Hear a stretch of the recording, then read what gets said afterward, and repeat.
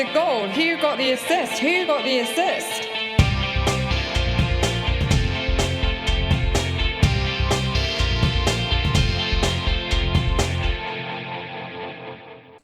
Hello, so another week of disappointment from the majority as this topsy-turvy FPL season continues. Each week seems to bring its own twist, a bit like a crime box set in its prime.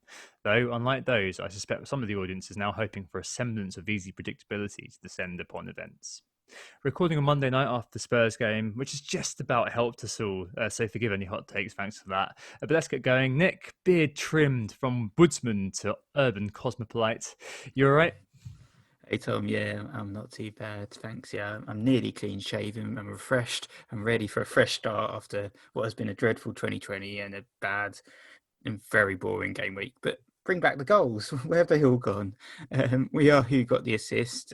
Make sure to follow us on the usual streams. Twitter, you can find us at WGTA_FPL, at WGTA_Nick, at FPL Stag for Stag as well. And if you are listening as well via SoundCloud and can only access there for some reason, just let us know because we might be cancelling that soon. So just give us a shout if you're still using SoundCloud and we can follow that up. Also, if you want to join our mini league, the code is cpsulf. So we're joined as always by Anthony. How are you doing?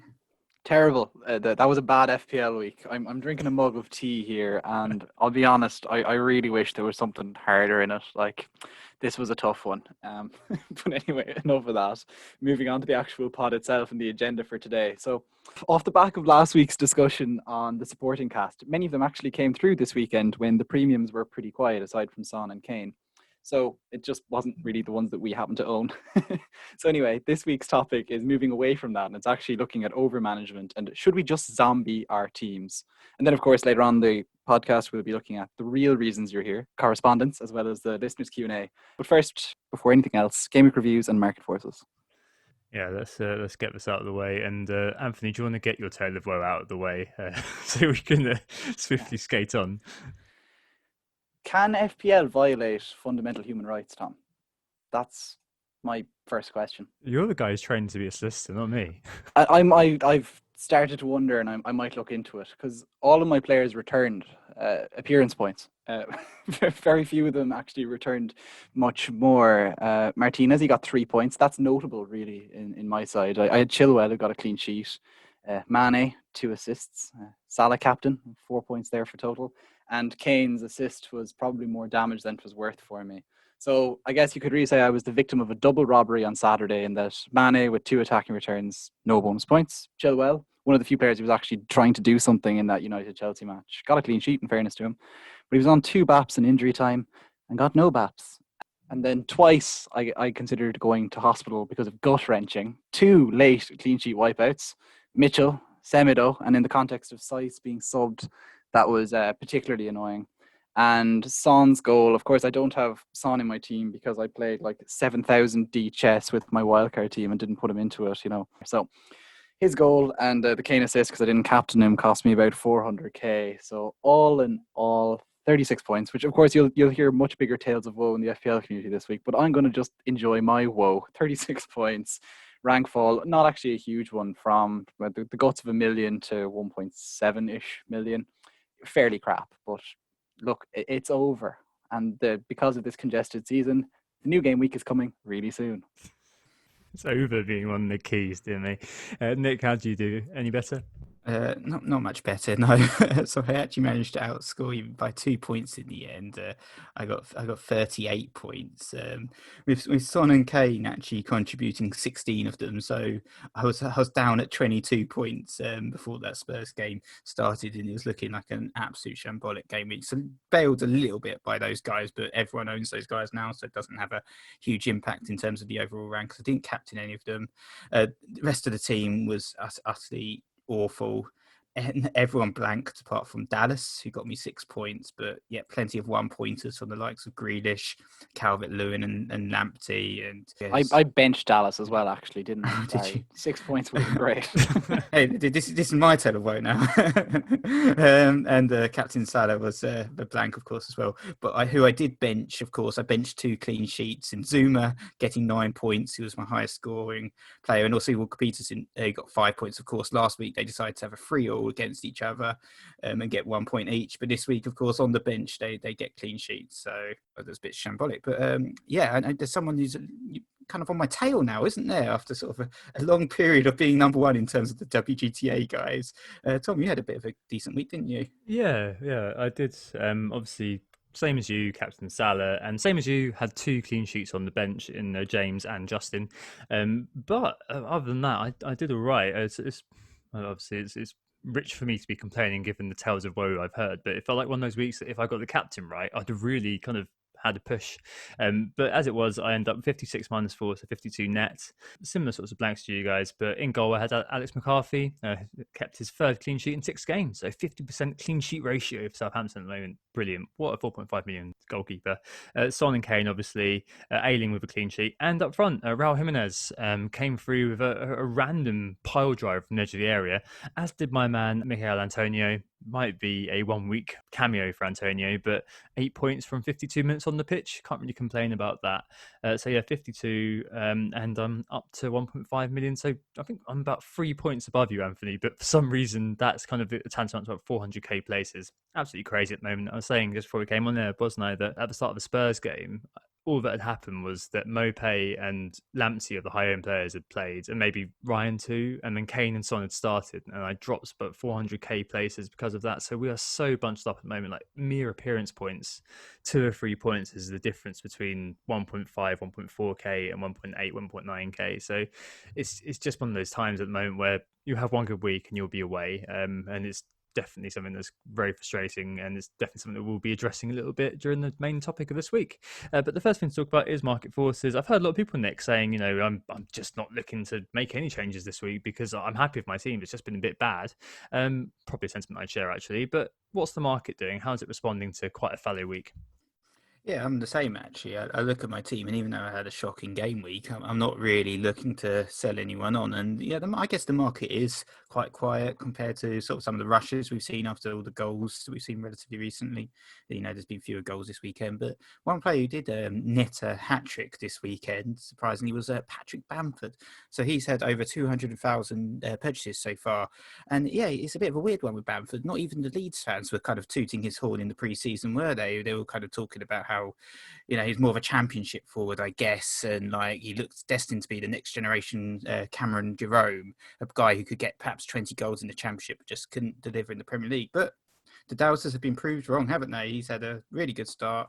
Now has 6 goals and 2 assists in the first 6 games, and plenty of people looking at the bargain Leeds forward as a signing for their team. I was just thinking, like, what's the opposite of tooting horn? Because that's what they were doing. Like, they really weren't keen on Bamford, and kind of he never really came up in the 5.5 million-ish or 6 million striker discussion preseason, but he continues to deliver, maybe in spite of his underlying statistics. And you could probably say the same for another very popular midfield transfer in this week, Wilfred Zaha, goal and assist against Fulham this time for Palace, so 13 points, spurring his ownership on again. Yeah, I nearly brought him in actually, so I'm a bit annoyed because all the sort of James Rodriguez rumours of being injured and then not injured. I nearly did a swap there, which I decided not to do in the last minute, but he had a good game week, of course. 135,000 transfers in, as you said, so far. Highest midfield transfer. Otherwise, we've also got Son and Kane, not at the top of the market forces like we've seen in the last few game weeks, but still being bought in quite heavily.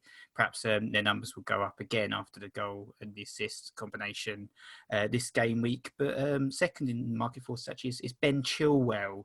So he seems to be the defender that's doing well. There is one out there putting together consistently good performances. Despite only playing 3 games, he's actually the 7th highest scoring defender in the game right now. So that just shows what good and despite being the victim of a robbery with his bonus points as well. He's actually such a good pick, though. Like, his price has gone up from 5.5 to 5.8, but like, he's such a good pick, and it's actually infuriating that so many people are picking up before he's really, he had a haul right in his first game, all right, for Chelsea, but that's his first game. But like, he's continually picking up those points. I think he's definitely the best, let's say, premium defender. There's plenty of 4.5s and 5-ish defenders who are returning, but of the premiums who kind of bring that attacking edge, Chilwell standing out, even though he has similar enough underlying stats to the likes of Robbo and Trent. Yeah, he was close to getting into my wild card team there, but I ended up with Kurt Happy Zuma. But in terms of the transfers out, the defenders being sold, obviously Luca Dean, he got sent off. Surprisingly, I didn't own him when he got sent off this time, but he was off. So 165,000 transfers out for him. Van Dijk, obviously injured, being sold heavily as well. And also Trent Alexander-Arnold with 65,000 transfers out. I'm sure we'll have some questions about that a little bit later on the pod. Yeah. Really unusual, actually, that the top three most sold players are all defenders, and then it's a real smattering of midfielders and forwards who are being sold. Your James Rodriguez's, your Aubameyangs, who's like, how are you only selling him now? 50,000 people. Like, how had you not sold him earlier? The likes of Mitrovic, Vardy, Callum Wilson. Like, why are people selling him? Sales are definitely all over the place when it comes to midfielders and forwards. Yeah, probably just low volume, right? I think it's probably just the fact that people are just kind of like, well, it's a bit of a weird week. I'm just going to log off and come back to it next week. But hopefully you'll listen to podcasts anyway. And I guess that sort of awkwardly segues us on, I would say nicely, but doesn't really, onto our main topic this week, which is simply, should we just zombify our teams? Moreover, it's kind of a meditation on whether managers help or hinder their teams, especially in tumultuous times, as we've seen in the beginning. Clearly, the question is a bit of a vexed one because we're all going to say no, hopefully. I mean, Anthony looking a bit doubtful, looking a bit glum. It's kind of the fun of it to managing a team, isn't it? But we're adding a bit of kind of a WGTA angle onto the existential question. When we're seeing it happen week in, week out, we get questions, why the hell am I doing this? What the hell's going on? And every game which must be bringing its own sort of sense of disaster class. And I think maybe it's, as Anthony said in the beginning, talking about overmanagement a little bit as well, which is the idea that you're making a move at the expense of more information, which could be probably a bit more helpful. So the original story was me selling Salah before Bournemouth moved because I was rushing. But the tale of Son this year is a really good one, a really good way of analysing that, because people buying, selling, trying to jump with the trends and being utterly punished. But a really good starting point for this actually is the Ghost Ship Zombie team, which I'll be putting on Twitter later on this week. But long story short, you're probably about 60 points ahead if you started with the zombie team. The team is basically Martinez and McCarthy as your rotating goalkeepers. A back five consisting of Castagna as your sole premium, Saiss and Mings, and then Connor Cody would have started one game, the first game, and you'd have a 4.0 like Mitchell or something who'd never have played. In midfield, you have Salah, Son, Grealish, James and Jorginho, and up front you'd have Kane, Calvert-Lewin and Bamford. If you'd have done all of this correctly, so if you'd have managed the captains correctly, and if you'd done everything all right, you'd be on 623 points right now. According to LiveRank, the top player in the world on 511, so you'd be top of FPL by over 100 points at this point if you'd got all that right. But that's a 97 million costing team, which would get you there. Perhaps it shows the anatomy of a top 10k team at the moment, because we're seeing a lot, top 10k teams. The ownership of Kane and Son is so big, isn't it? But at the end of the day, I mean, those two players alone have got 69 points for Son, 65 for Kane. That's 134 points together, isn't it? So of the top guy's got 511, right? That's over a quarter of his points scored by two players alone, assuming he's captained those players most of the time. So it really is the fact that these people have started this on Kane and done very, very well, isn't it? Probably.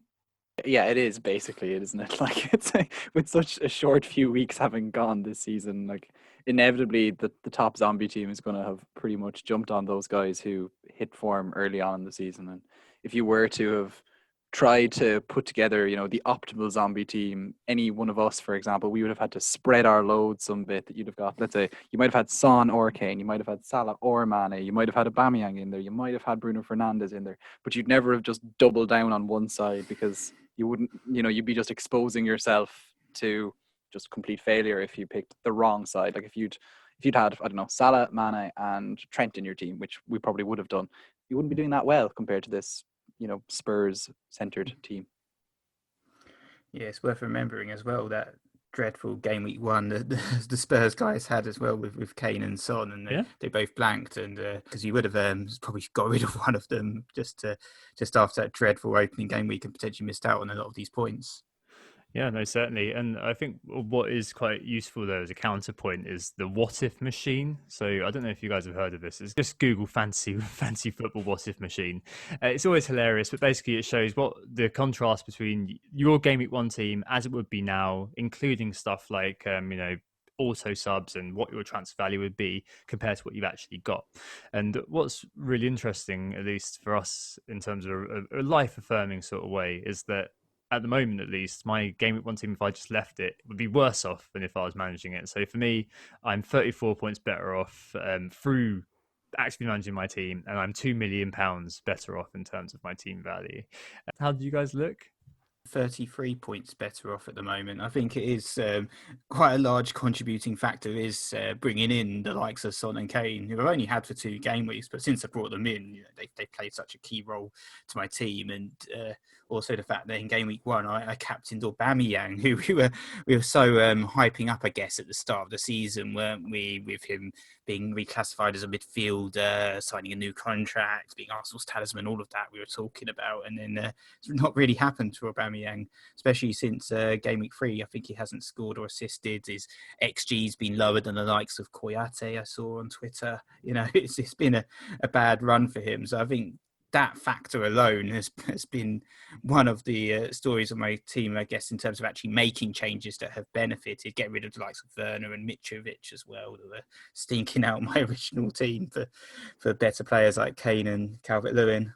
So the good news is I'm better off. The bad news is it's only by 3 points. 3 points, wow. Yeah, it's like, was it a good game week 1 team that I picked, or have I just had a bad season? You decide, dear listener.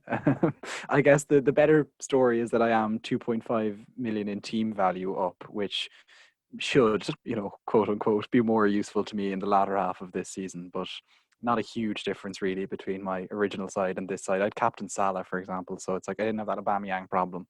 He was in the side, I just captained Salah. Oh, yeah. Okay, right, I see. But I guess that kind of leads to the question, how much value do managers bring to our teams? Obviously, we do have this sort of over-management sort of side of things, but it does look like we do have an impact, right? And I think, as you said earlier on in the season, you do have this sort of sense where the zombies can definitely be either beating you or near to you.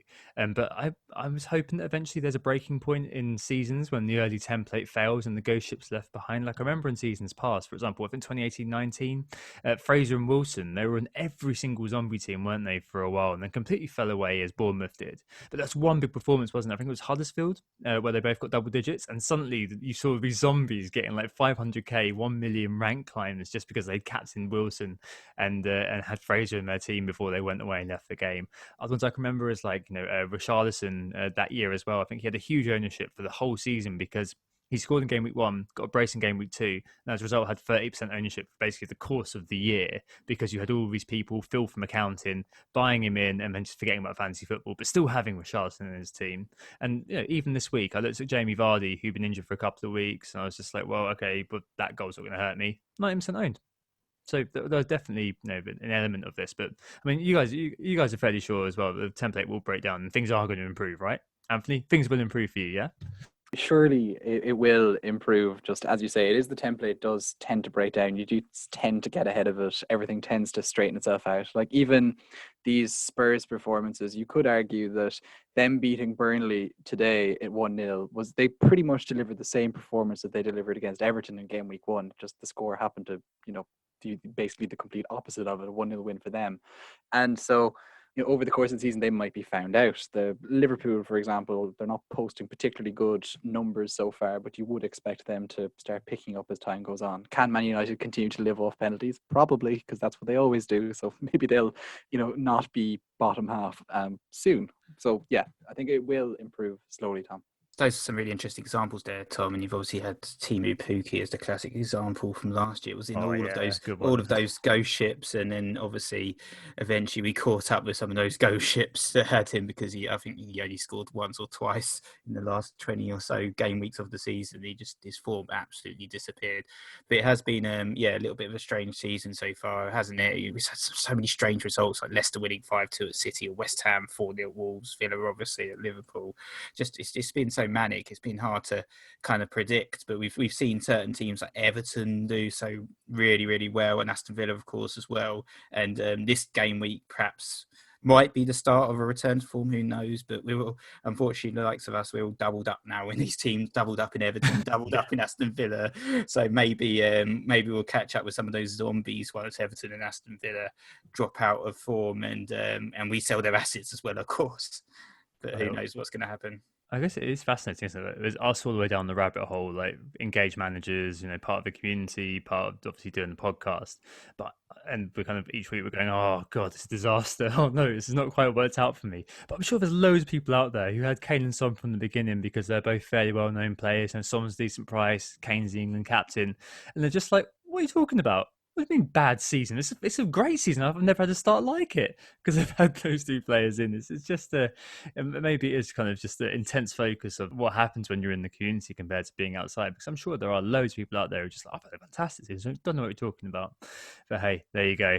Moving on to advice to weather the storm. FPL Fast, for example, with an approach could be to target fixtures for teams which haven't been firing yet. So, for example, Man City, rather than just jumping on bandwagon. So, could that negate the over management? After all, he says, how much of stats really helped us this year? I mean, do you guys think that could be a way to kind of anticipate the next bandwagon? Because that is obviously one that we always do go for. But especially this year where things do seem topsy-turvy, how effective do you think that's going to be?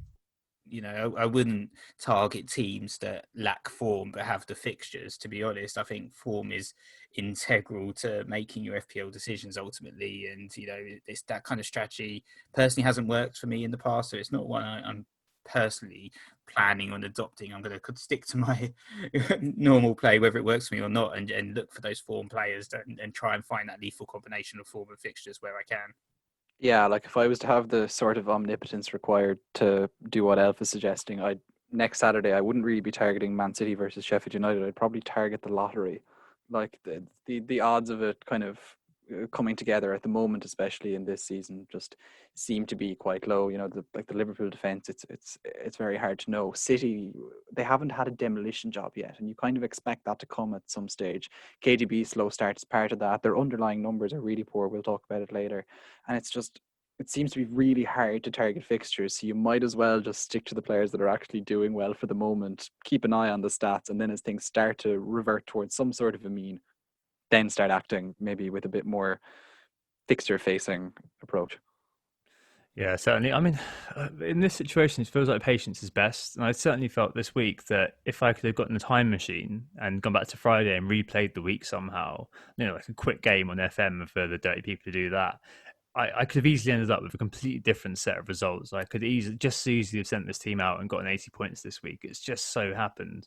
I mean, sometimes you do get on the wrong side of variance, or let's call it what it is at times, plain unlucky. Like, for example, this week, things like, for me and my team, this is Grealish just shot off the line, TAO almost went from halfway line, TA to Salah goal offside, Salah hitting the post from 5 yards out, Mitchell losing a clean sheet. I mean, it is always a game of fine margins, and that's really kind of what it is, isn't it? At the end of it, you've just got to plug away, haven't you? And if you do need time away from FPL to chill, so be it. Like, I think the one thing that I did notice this weekend is, and I became acutely aware of, is that the strung out nature of this season's game so far is definitely, I think, changing the mental dynamic of the weekend in terms of FPL. Like, each game in isolation makes the bits that didn't go your way feel just that little bit more amplified, versus, when there was a bunch of 3 p.m. games, you'd at least go, well, all right, I at least got that, even though that didn't quite work out. Something like, Mitchell losing the clean sheet at the last minute would have been counterbalanced by, Son and Kane combining, and it wouldn't feel as bad, but it really felt, at some points this weekend and last weekend as well, I just kind of consciously switch off after a while. So I'm kind of hoping it gets back to like the regular calendar again, because I think it is quite a difficult, or it can be if you're pretty engaged with it and you look forward to it all week. It can be kind of quite difficult if it doesn't go your way, can't it? Yeah, it's just harder to follow as well, to be perfectly honest with you. It's like, you have to be pretty much engaged with it for the whole entire weekend to catch everything that's occurring. It's like whatever happened in the 3 o'clock game is such old news by the time most people have gone so deep into their couch after sitting on it for 7 hours that they've watched 3 other games. It's like if there's crisps everywhere, there's beer cans around the house. Like whatever happened at 3 o'clock is long forgotten at 10 p.m. that night when they're watching the last game. And then they're settling in for bleeding match of the day. Like there's just so much of it that it's in many ways like it is just drawn out, and like there are pros to it, of course, that people can watch all the games and they can spend €15 or they can spend it to charities and not watch the games at all, do whatever they wish. But the emotions are definitely much more amplified in FPL context. From a following it perspective, it's not as easy, even though there's more access. Yeah, it reminds me of the old Mitchell and Webb sketch. Watch the football. The football is always here. Watch it. Watch it. It, as you said, definitely feels that way. Of it just being wall to wall. It's almost like the box office was a bit of a godsend because there were games on that I wasn't going to pay to watch, so I had a little bit of time off doing it. But I guess to bring us to the FPL and the end of this section, a very somber section it seemed a little bit. Sorry about that. Yeah, should we zombify our teams? I don't think we should. I think we do get game weeks like this where we've touched on quite a few things. The dark side of FPL, dark side of probability, as the old Twitter quote was at the bottom of FS forums, and a few things to maybe think about. But as you saw through us relaying the fact that we've got mostly positive results in some way or another, be it through extra money for Anthony, woohoo! Or I got the 3 points, Tom. Yeah, three points, whole 3 points, and 30 something points for me. Like everything that Martinez contributed basically this weekend. Yeah, I mean, maybe the reality is that I shouldn't zombify my team, but Anthony, you should. I mean, maybe that's the truth of it. But I think with this week, it's really important to just be able to laugh and be able to just kind of think, you know what? Yeah, this stuff does happen. I mean, don't do the gambler's fallacy thing and go, it'll all even out in the end, because that's ridiculous. But I think it will actually even out in some way in the end, Tom. I think I'm doing exactly that. Just say reversion to the mean, which is good days the equivalent of what you're saying. Toss in the cliches and like London buses, 2 will arrive at once, Yeah. Good. So, should we zombify our teams, guys? What do you guys think? Well, I know, yeah, as you're saying, it's probably not best to zombify your team and just leave it and then see what happens come game week 38. That's certainly not advice that we'd be doling out. But there is a little bit of overmanagement, I think, sometimes comes into our heads. So, when we take hits and things like that, I've always been relatively negative towards hits. And I think this season has kind of illustrated that they're not always needed. Certainly when I've taken hits this season, it's not worked out. You see managers, for instance, selling Salah after blank, just don't bother. This guy is one of those players that you probably want to keep for the entire season. And he showed unbelievable consistency over the course of the year. And I'd say the same for if Spurs players had blanks today. I wouldn't be like, right, get sell, which many people probably would have been, because they've got a couple of nice fixtures at least coming up. But there is I think there is obviously that argument that we can leave our teams, but certainly if you like us with our sort of game week 1 teams where we had these characters like Aubameyang in there and he's obviously been completely out of form, then those sort of players do need to go, and you do need to kind of try and follow those trends of those players that are in form, the likes of Kane and Son. So obviously Anthony, Son, perhaps one for you to be looking at maybe, I don't know. Yeah, exactly. It's pretty much it. Like, yeah, full-blown zombie won't work. Like, of course, a zombie team right now will be far ahead. But the fact of the matter is that to have put that team together, you needed to really gamble on the sides that happened to do well, and sides that were fancied in pre-seasons, your Brightons, your Arsenals. They haven't come through. Spurs have come through. You would have had to, let's say, jump onto surprise packages like Bamford, like James Rodriguez. Contrast that to, let's say, Mitrovic and Timo Werner, who haven't been as good. And you'd need to have nailed which of the top 5 sides did well. Again, Spurs. And who didn't? Liverpool's defence, something that we were all talking about. Manchester City, KDB has been slow. He would have been in every zombie team if you were to try and build one. Aubameyang is another good example of that. So zombifying your team, it probably won't work, because what you think in what should be August, but what was September this year, is just never going to be right come the end of that season. Yeah, we've got a question on that in the pod as well, so definitely come back to that. Right, well, after that section, let's take a well-deserved break, open a beer, and move on to the correspondence / Q&A. Speak in just a moment. Who got the assist? Who got the assist? So we're back, and it's time to catch up with the Who Got the Assist Mini League. And if you want to join the league, the code is cpsulf. And I'm just going to do a quick update, top 6 perhaps. With a quick shout out for Saad Mahir, who got 76 points this game week, rose 62 places in the league. That's a really good score for what was a pretty dross week, and that was thanks to mostly Patrick Bamford and Captain Mane, and also Kasper Schmeichel in goal got him 10 points. So a bit of a random pick there, but he did really well.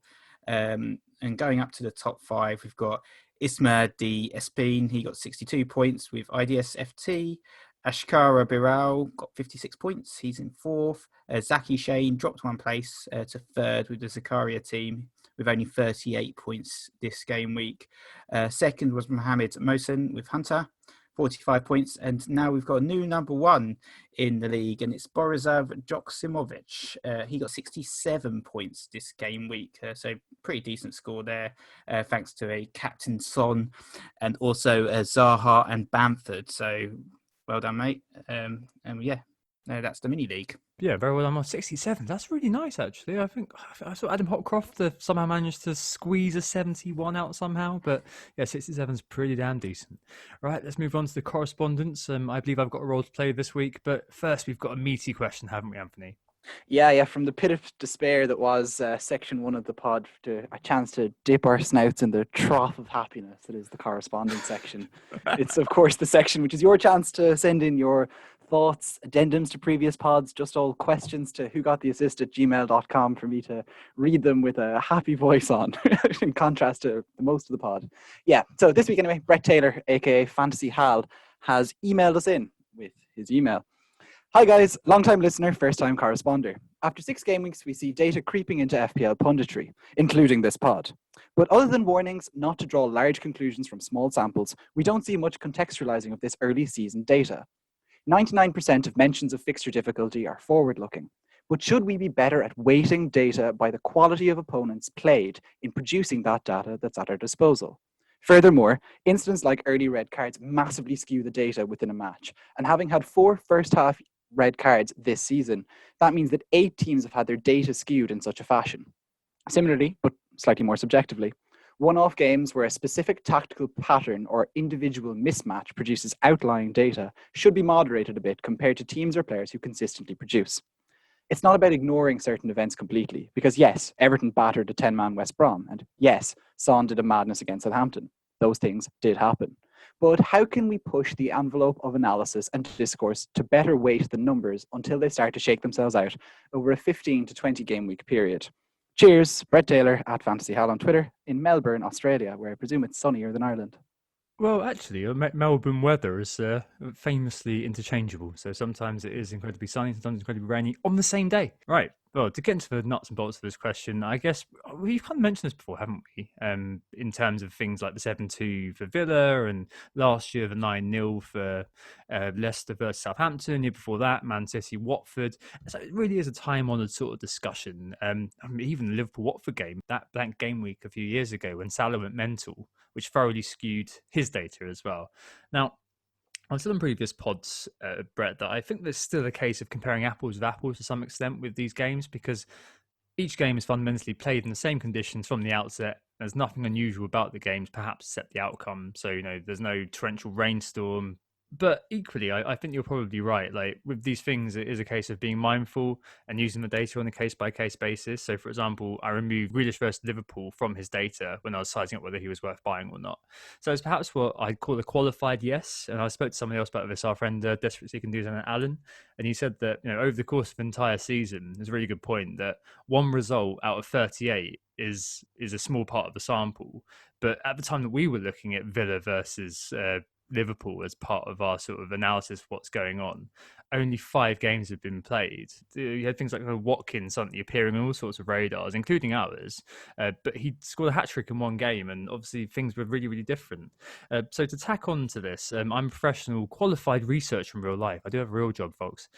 So from a professional perspective, if I was looking at this data set within a quantitative survey, I definitely want some weighting, which Brett did mention, attached to some aspects of it, just to give us a more realistic representation of what's happened. So things in the sample universe like goals contributed beyond, say, the 4th goal could be something that I'd look at perhaps applying a downweight to, just to capture what happens when demoralisation sets in and reflect that in a player's data. I know some people won't like that, but say, for example, in the 8-0 City versus Watford, City scored 5 goals in the opening half. So the game was effectively over by half time. Should the 3 in the second half really count for as much as the first? Of course they should, yes, a goal is a goal. I haven't really got an answer here. But equally, it might be interesting to see, all right, the opening goal, should that probably count for more than the 8th goal that's scored? Because their impact on the match is different. Think about opening goals or decisive goals in the game. So an opening goal tends to be something which is important. A decisive goal, a game-winning goal, is something which is anecdotally counted as more valuable than adding a 5th in a drubbing to stats puff your scores. There's definitely something in that. but FPL isn't my job, unfortunately. So I'm not going to be doing it. Feel free to run with it if you can. But I think it's definitely a matter of time before something like that does happen. It'd be really interesting to have some sort of index on it. It's just a case of where does it go and how far does it go. But yeah, it's definitely an interesting question, something that I'd be interested in spending time looking at if I was employed in FPL in a data capacity somehow. Yeah, I do recall a discussion on second captains at some point, another podcast, and I mean years ago. So I can't. I've been googling trying to find this particular report, and I just can't find it. But there was a bunch of boffins, as some people would call them, did some analytics, and they summed up that you'd need something like 10,000 years or something to have the perfect Premier League season that removed all variance.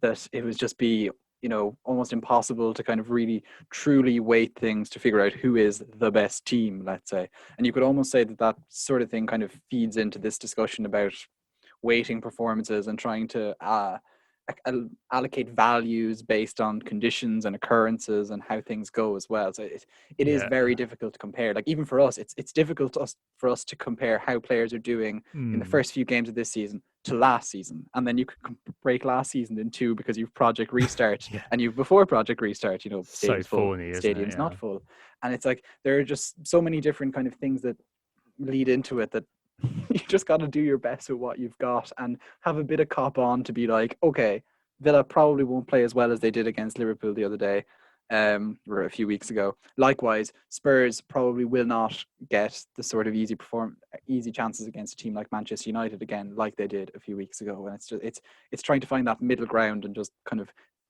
have your head screwed on as you look at the numbers for players. Like I try to look at how a player has performed in terms of their form and their record against sides that are really good, that are mid-tier, that are relegation battle. And that was why it was something I focused on last week when we were talking about explosivity and predictability and captain hauls. And I try to bring that through with, let's say, picking my elite players, but there's only so much you can do.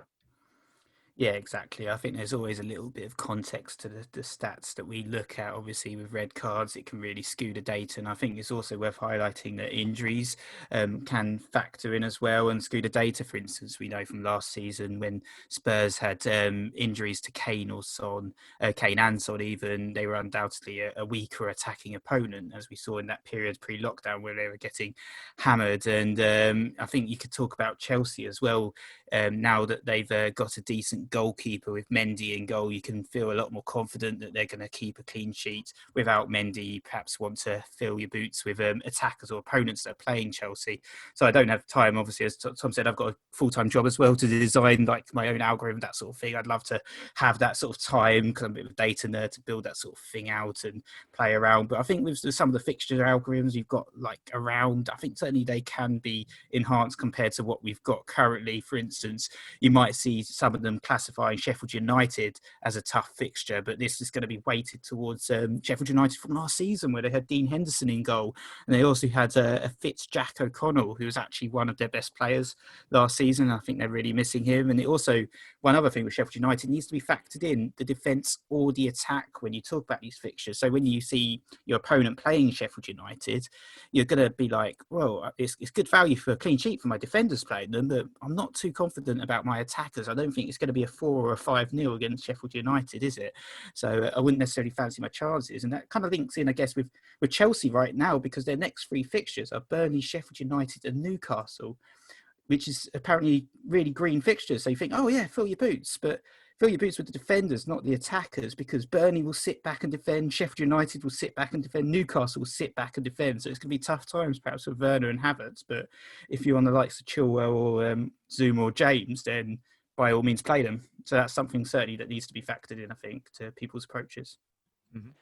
Yeah, so I hope anyway that has answered your questions, Brett. Thanks very much for emailing us in. You'll find Brett at FantasyHal on Twitter, and Brett emailed whogottheassist@gmail.com, as did friend of the pod, James Harding, who has really understood the essence of the correspondence section. It's a versatile section. It's when we escape the constraints of data, which usually hold Who Got the Assist down and get us all sorts of reports on Apple Podcasts for being too rigid, stuck to their numbers, boffins, whatever. It's also a chance to deliver some culture to you. And James has really done that, hasn't he, Tom? Yeah, he's adapted W.H. Davies' leisure. What is his life if full of care? We have no time to stand and stare. And he's adapted it for FPL to basically, I guess, sum up how the season's gone. Well, this is what he writes. What is FPL if full of care? We have no time to sit and stare. No time to watch our favourite team and shout profanities at the screen. No time to see KDB's exquisite pass as it glides over the short, soft grass. No time to marvel at mid-match fights, with red cards giving managers frights. No time to sigh at an easy mischance or laugh at a goal celebration dance. No time to smile when your team wins or cry when they lose in the last few mins. A poor FPL game full of care. We have no time to sit and stare. That was beautiful, James. Very, very nice. James Harding can be found at FPL_JMO on FPL Twitter. A very, very nice lad as well. We've met him. Nick, we've met him a couple of times, haven't we? He came to a couple of the meetups. Yeah, really nice guy. Yeah, very nice guy. Thanks for that, Nick. Well Thanks for that, James. That's very, very nice. Used to be poetry corner, that for our old listeners.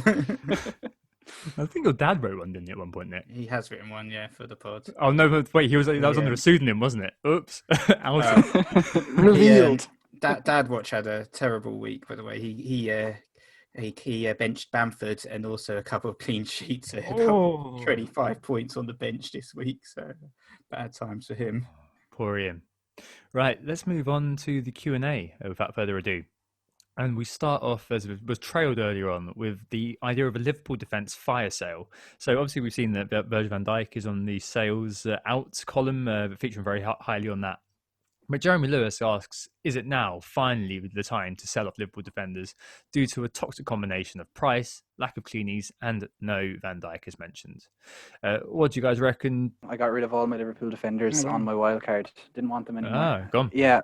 So it is kind of ridiculous though. 5 Liverpool defenders in the game have played so far and they've got 67 points between them. Roman Saiss and Kurt Zouma, 70 points. So just kind of tells you how much Liverpool's defenders have underperformed. And we're so accustomed to seeing Robbo and TAA especially really make a clear gap between themselves and the rest of the pack when it comes to attacking underlying stats especially.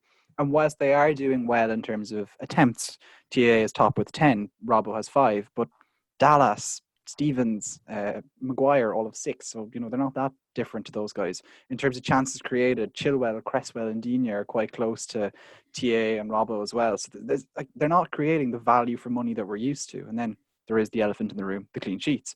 Liverpool are third for big chances conceded with 14.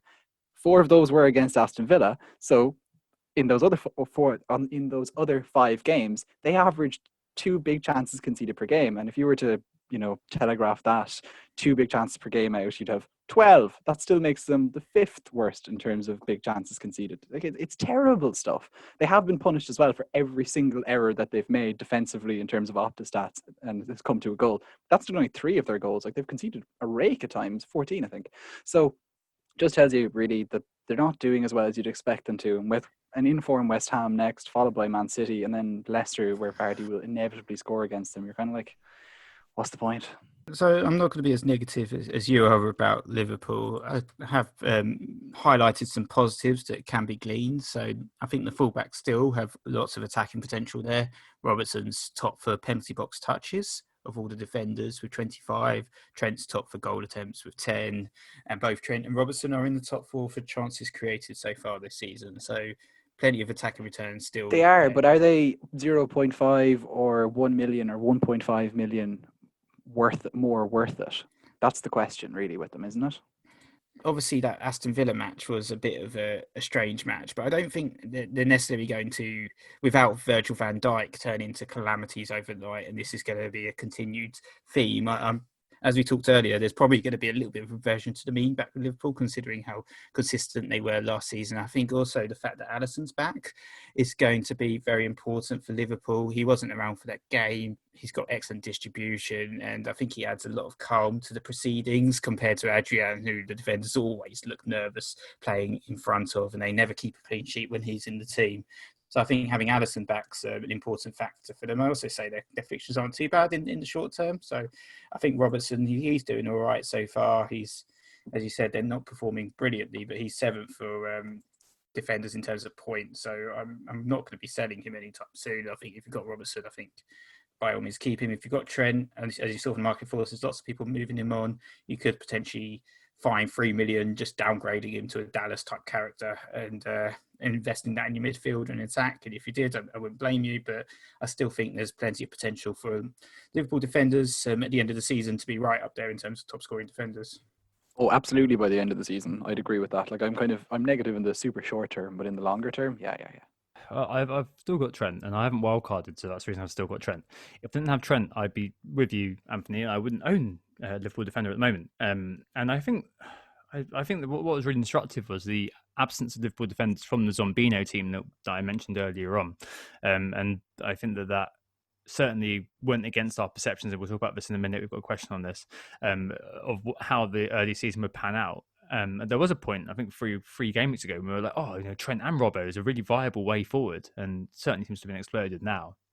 One thing I would point out is that in the restart, they were actually sixth for big chances conceded. And to your point, Anthony, about their big chance concession, that's actually one less than Norwich. And they conceded more big chances in the restart when they had all of the ensemble with Brighton, Bournemouth, and Newcastle. Yes, of course, they obviously had won the title by that point, so maybe arguably the motivation wasn't there. But it does seem like they've kind of, just for whatever reason, just been afflicted by the lack of stability around there. And the good thing about Liverpool assets, the fullbacks, is that they're actually not that liquid in terms of their prices. I mean, I know TAA has dropped by 0.1, Robbo's risen by 0.1, but you're not going to see like a big rush like you would see in a midfield, a Hamed situation where he's risen by 0.5 million. You probably aren't going to see that with Robertson and TAA because they're so difficult to get to, and because most non-engaged managers will look at them and go, well, I'm not paying 7 million for a defender. What are we talking about? So I would be looking to get rid, and to be honest, I'm going to give TAA West Ham. I may well even give TAA Man City, and then I might get rid of him after the international break when I've got 2 free transfers. So, it's a great piggy bank to have. And if he does well over the next 2 games, then I'll keep him. If he doesn't, well, I'll get rid of him and use the money elsewhere. So yeah, that Leicester home game. Do you remember what happened last time? I was just saying, I know it's happening. Game week 9, isn't it? 24-pointer imminent. 26th of December 2019, lads. Never forget. It was quite a day. Well, I didn't own him at that point, so I'm fine. I had sold him just ahead of that game week, so I will never forget it. I sat there half drunk and went, "Oh my god!" in a bar. Just thought never ever again am I selling TAA. But here we have sold him. This is the thing, though, isn't it? It's like you're expecting a lot of these big teams, like Liverpool's defenders, like KDB or whatever. You're just waiting for them to explode, and it just hasn't happened yet. And for us to have got this far into the season and for it not to have happened is almost odd. Yeah, it's my suspicion, isn't it? As I said earlier on, I'm sure that there's somebody, loads of FPL managers out there, less engaged managers that is, who are just like, well, why would you ever spend that money? I'm having a fantastic season. I've just had that Castagna fellow, he looked all right. I've had Mings, I've had Sice guy at Wolves, who's 5 million, so I thought I'd throw him in.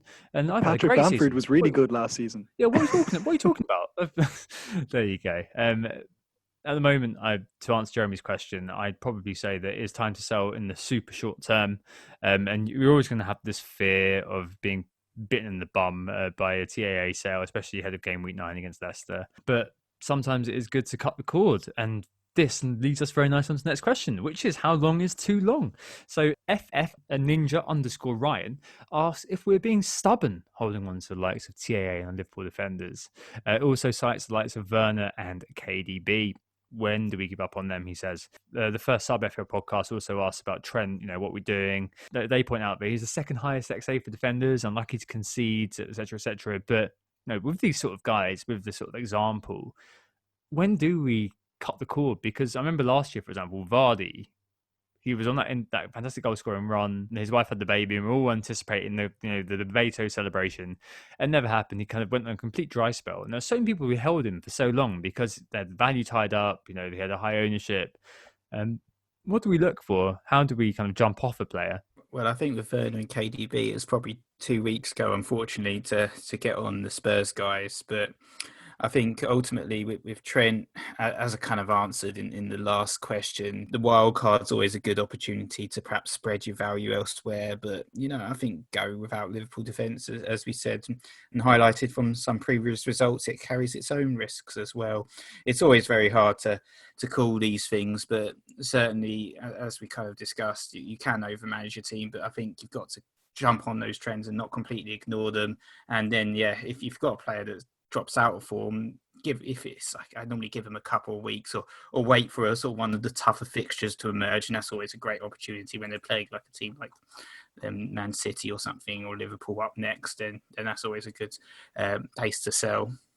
Yeah, unfortunately, when it's a player with a high ceiling, and especially when it's a player that is popularly owned, it's usually just when the crushing weight of disappointment and anxiety kind of gets to the point that you've had them in your team for so long and you've missed out on so many points that's when you start to sell them. But of course, that's far too late. It's like at that point you should have sold them far earlier. But like the thing with, let's say, the City assets, you talked about KDB, you could almost toss all the City assets into this bracket. Like, we're so used to their attacking stats being streets ahead of everyone else. Even when Liverpool won the league, City's underlying attacking stats, XG, shots in the box, you name it, were so much better. Not this season at all. I know they've played a game less than most teams, but still, the fact of the matter is they're 10th for XG from open play. They're 10th for shots in the box, 44, the same as Fulham. Like, it's very odd what's going on with City. With Werner, then he is a player, and we've seen this even in the league. He is a player who can create chances for himself with a bit of speed and a bit of guile and good positioning. But at the end of the day, in that Lampard's Chelsea team, it's very odd. There doesn't seem to be a kind of a cohesive attacking system there. And let's say in the United game, what you saw was an extreme focus on the defence, because clearly Lampard is starting to get concerned that he's known as a manager who can't manage defences. So he had 3 attackers on the pitch at times. So Werner ends up not having the service that he requires. 1.77 XG from open play. That's 16th in the league. You'd expect an awful lot more from a marquee signing striker who was one of the best in Europe last year. But are the pieces there for him? Yeah. And the thing is that his explosion is going to come. You could say he's already had it, but I think he's going to hit a set of form sooner rather than later, and people are going to be trying to find a way to get him into their sides.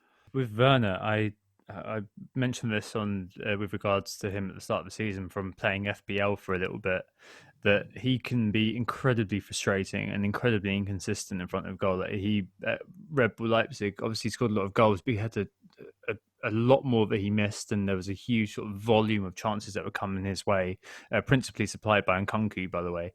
And at the moment at Chelsea, it seems like he's kind of lacking that creativity, the supply line coming to him. I think Ziyech is going to be perhaps where that sort of works out, and it'd be great to see if that actually does happen.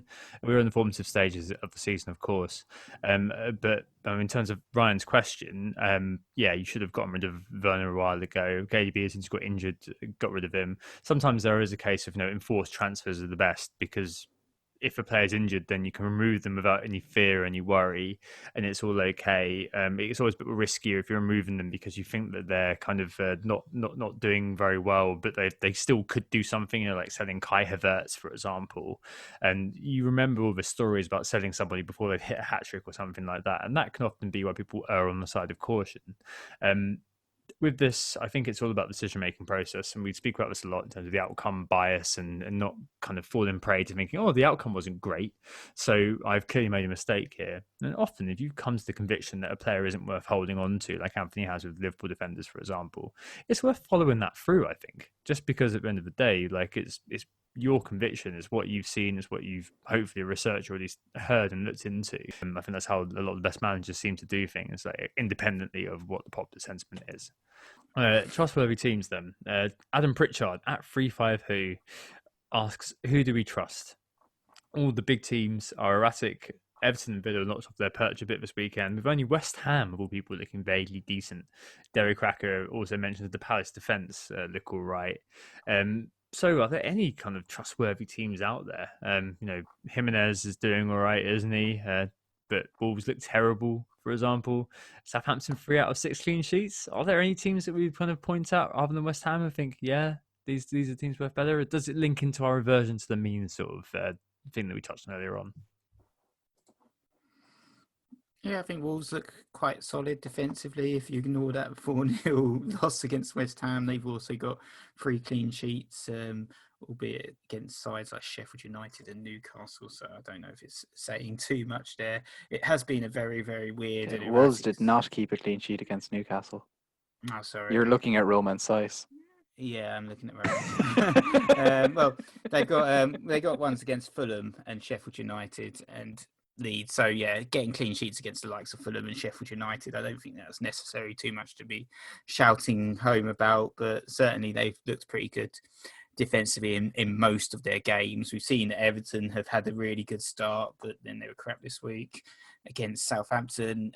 Same with Villa, excellent start, crap this week. So I don't know if there are too many trustworthy teams, to be brutally honest. City's been erratic in their form. Liverpool don't look the same. Spurs, I think Spurs, you can trust their attackers so far, but I'm sure they'll drop off at some point during the season. West Ham also had a good start, but historically their form hasn't been brilliant over the past 5 seasons. They tend to be the whipping boys. It seems a bit odd that they're doing so well. It's unusual, certainly.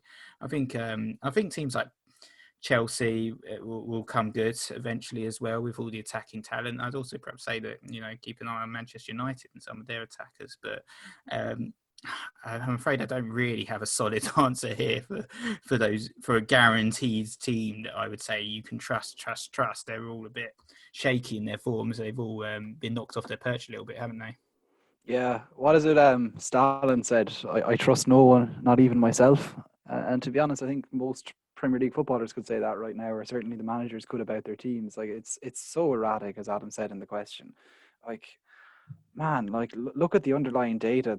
Like Salah and Mane still look like they're well set up. The Villa defense, sure, it imploded at the weekend, but I'd be okay with them going forward. Like they've shown signs of actually being organised. Like Nick, I think I trust the talent at Chelsea to come through eventually. Derry Cracker was talking about Crystal Palace. Yes, their defence looked good at the weekend, but it's still conceded. And the fact of the matter is that so often Crystal Palace don't attack, that when your defence is doing all the work, something's going to go wrong eventually. So like, what's the point? So like all in all, I think it is really just keep watching the underlying data, Adam. Probably don't bring in too many Arsenal players and just hope for the best. Oh, bringing Arsenal defenders though. I mean, if there's a good article written by Adam Pritchard, I think his name was, on Planet FPL, and he said of course, Arsenal defense is yes, great. so right, yeah. So maybe that is one worth watching. Gabriel higher XG than Yeah. Aubameyang. But yeah, I know what you mean. I think that what's interesting is the inverse almost, that a lot of the time the supporting cast members that we've chosen haven't quite gotten the kind of, I mean, we're picking on clean sheets here, but haven't got the clean sheets we've been looking for. And you've had Villa doing all right. You've had Southampton, as I mentioned right at the start, 3 out of 6 clean sheets, but who apart from McCarthy was sold by a lot of people, so people that's kind of gone under the radar a little bit. Wolves, you mentioned, done all right. But the likes of Liverpool and Man City, who we often have defensive cover from, haven't done that job. So you're kind of looking at it going, oh, okay, well, all right, I'm going to take all the money in my defence and put it forward. Going forward, you've had the teams like Everton doing the business, Villa inside and outside Liverpool game doing the business, and West Ham this week, for example. And I think what's really interesting, and we didn't want to go into too much detail on Twitter because I didn't want to look like an idiot. But I mean, with Antonio, for example, like looking at underlying data and thinking, okay, this guy's looking all right. His MPXG is third. All right, I'm going to buy this guy in and give it a go, regardless of the fixture almost.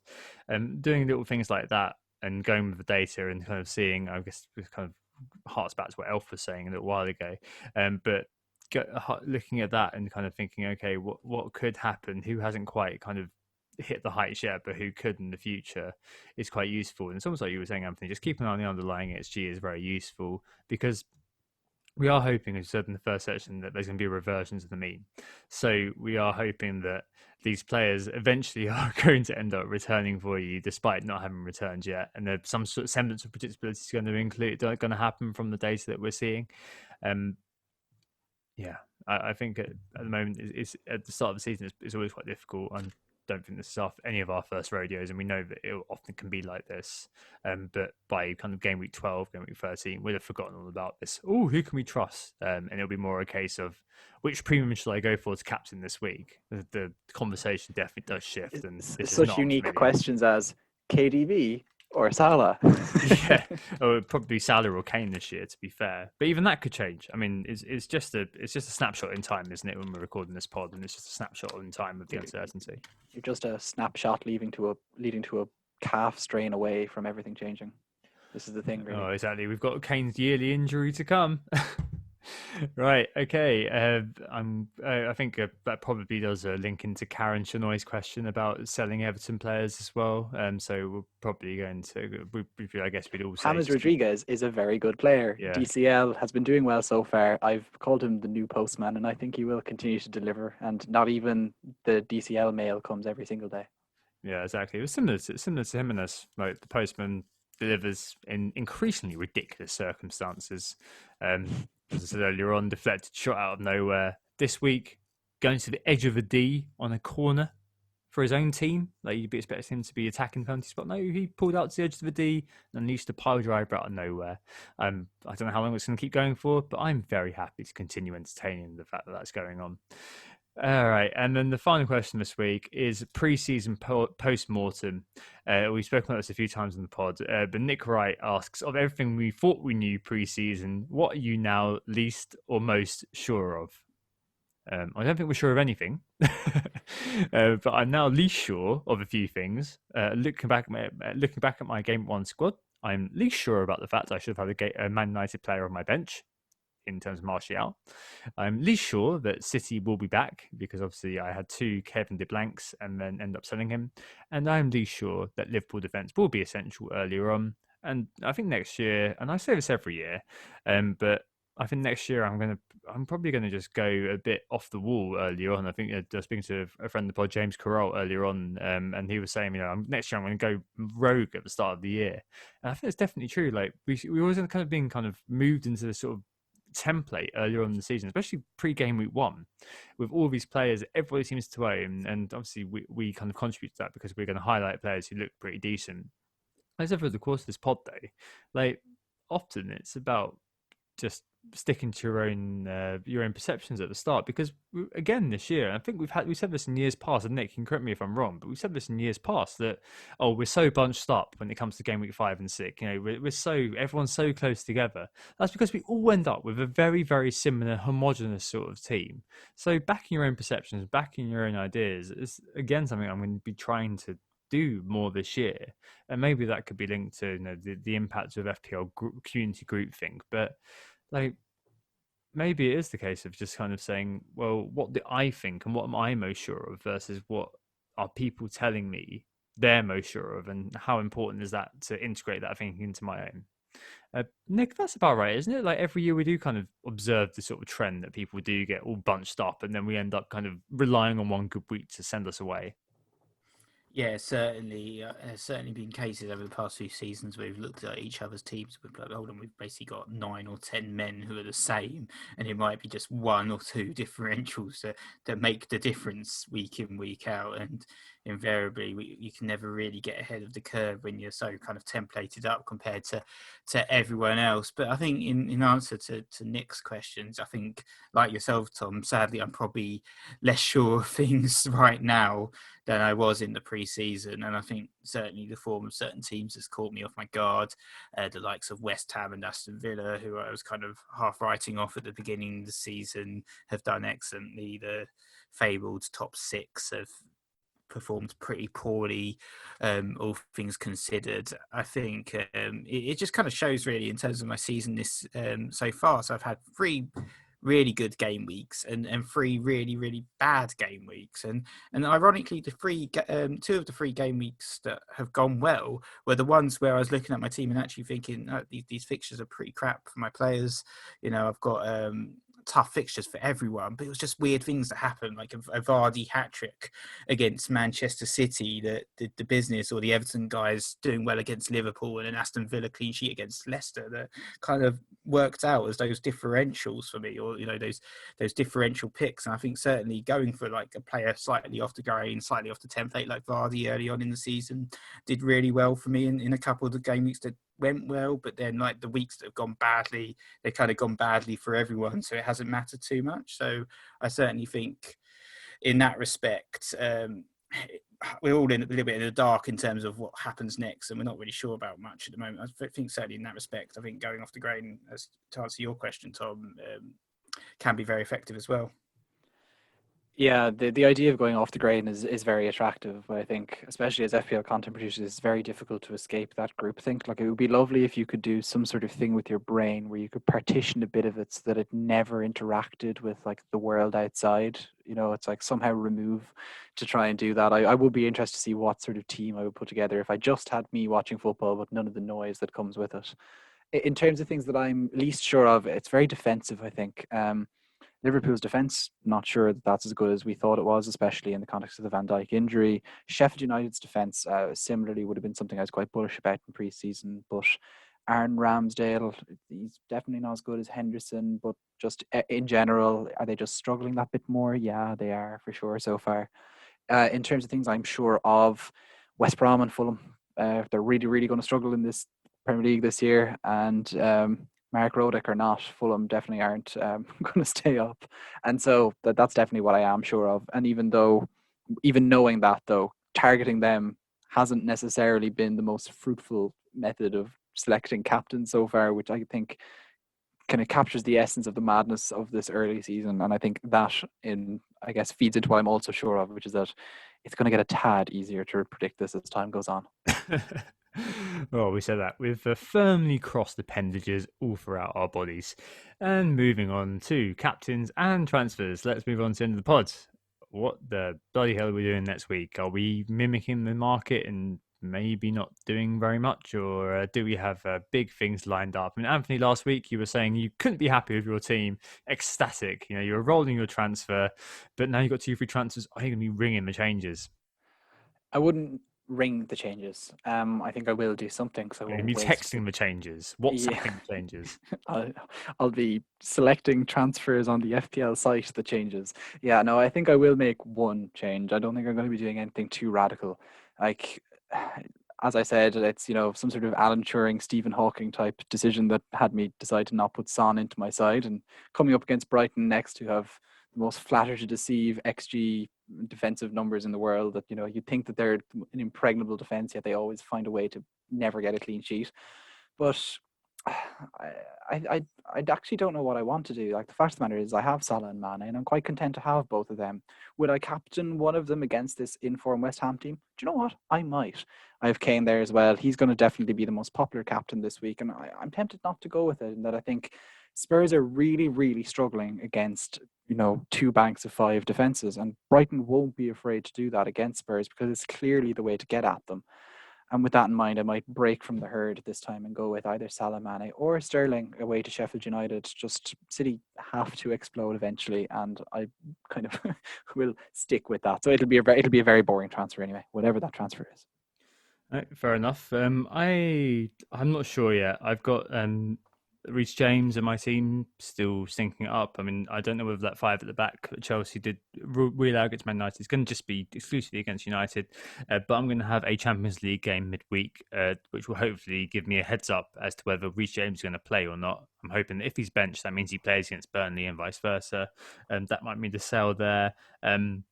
As mentioned at the start of the pod, Michail Antonio is apparently getting a scan on that persistent hamstring issue. He's basically following the footsteps of Arnautovic at West Ham, being an injured talisman.